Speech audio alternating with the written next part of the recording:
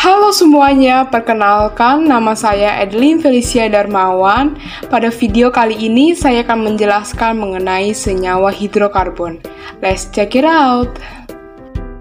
Kendaraan dan pabrik sering kita jumpai di perkotaan. Mereka menghasilkan gas yang mengganggu kesehatan jika terhirup dalam jumlah yang banyak. Lalu apa hubungannya gas tersebut dengan senyawa hidrokarbon? Gas yang dihasilkan kendaraan dan pabrik tadi merupakan hasil dari pembakaran senyawa hidrokarbon. Senyawa hidrokarbon merupakan senyawa yang tersusun dari atom H atau hidrogen dan atom C yaitu karbon yang berguna dalam reaksi pembakaran ataupun dalam kehidupan sehari-hari. Bahan yang biasa digunakan untuk pembakaran adalah minyak bumi dan gas alam. Minyak bumi sendiri merupakan campuran kompleks yang terdiri dari senyawa hidrokarbon yang didominasi oleh alkana. Di samping minyak bumi, gas alam sendiri memiliki 3 jenis. Yang pertama ada LPG, LNG, dan CNG. Gas LPG yang sering kita pakai didominasi oleh senyawa propana dan butana. Jenis gas ini memiliki massa jenis yang lebih besar daripada LNG. Lalu apa sih LNG itu? LNG itu merupakan gas yang didominasi oleh metana dan etana yang diinginkan hingga menjadi cair. Dan jenis yang ketiga yaitu CNG. CNG itu merupakan gas yang sama dengan LNG, hanya saja pada CNG gas metana dikompresi namun tidak sampai mencair. Jika bahan-bahan tersebut melewati proses pembakaran, maka akan menghasilkan SO3, SO2, CO, NO3, NO2, CO2, NO, dan lain sebagainya. Gas-gas tersebut tentu berbahaya, misalnya gas CO atau karbon monoksida, di mana dia itu beracun tapi tidak berwarna, tidak berasa, dan tidak berbau. Dia bisa mematikan banyak orang jika terhirup dalam jumlah yang banyak.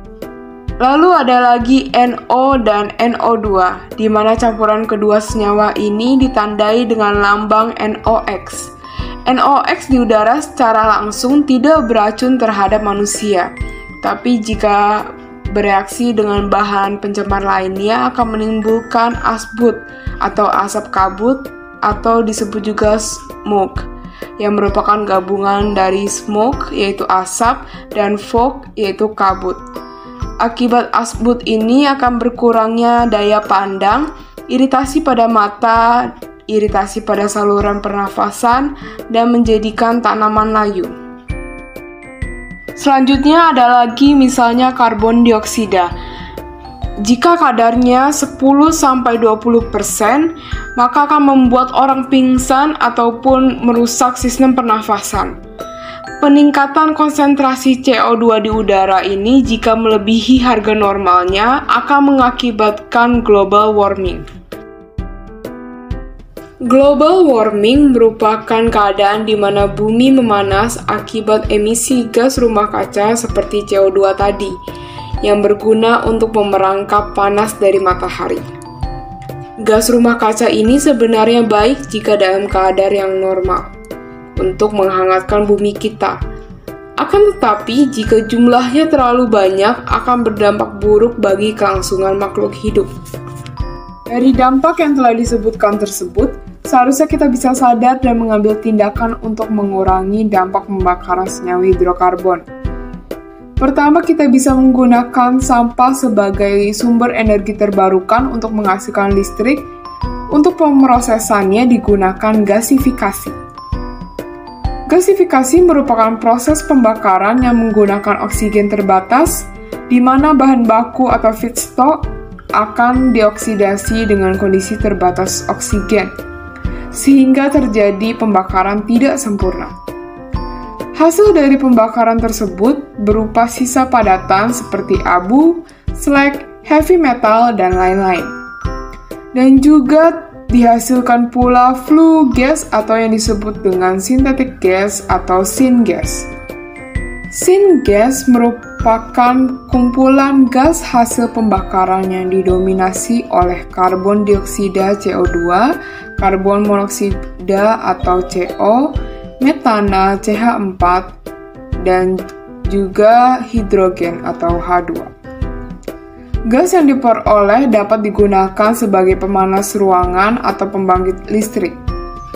Selain itu, syngas yang dihasilkan juga dapat dipergunakan secara co-firing dengan gas alam pada pembangkit listrik turbin gas, sehingga dapat mengurangi penggunaan bahan bakar fosil. Pada proses lanjutan gasifikasi, tidak semua komponen syngas dapat dimanfaatkan sebagai bahan bakar. Aliran syngas akan diproses melalui tahapan clean up dan recovery, yang hanya akan menyisakan gas yang masih dapat dioksidasi seperti CO, H2, dan CH4.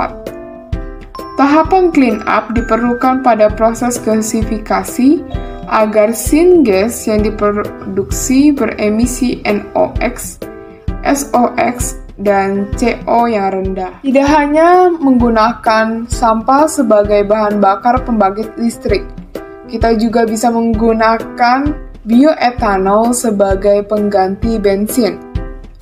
Bioetanol diproduksi dari tumbuhan.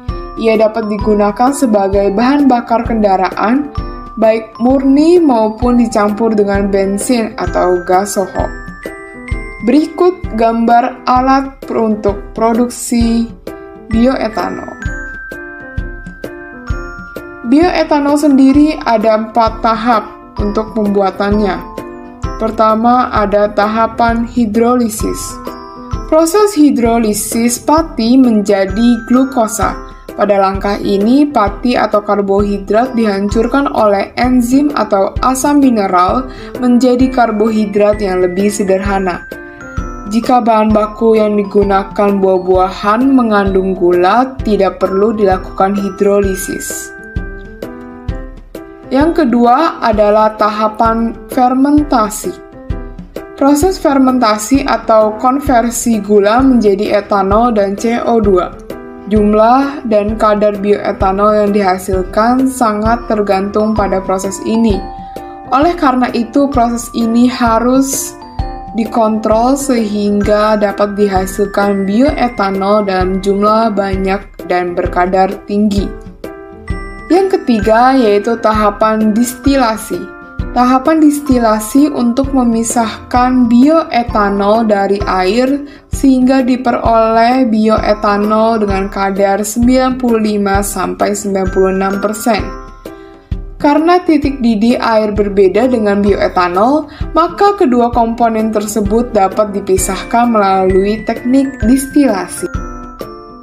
Lalu tahapan terakhir adalah tahapan dehidrasi, untuk mengeringkan atau menghilangkan sisa air di dalam bioetanol sehingga tercapai bioetanol dengan kadar lebih dari 99,5%.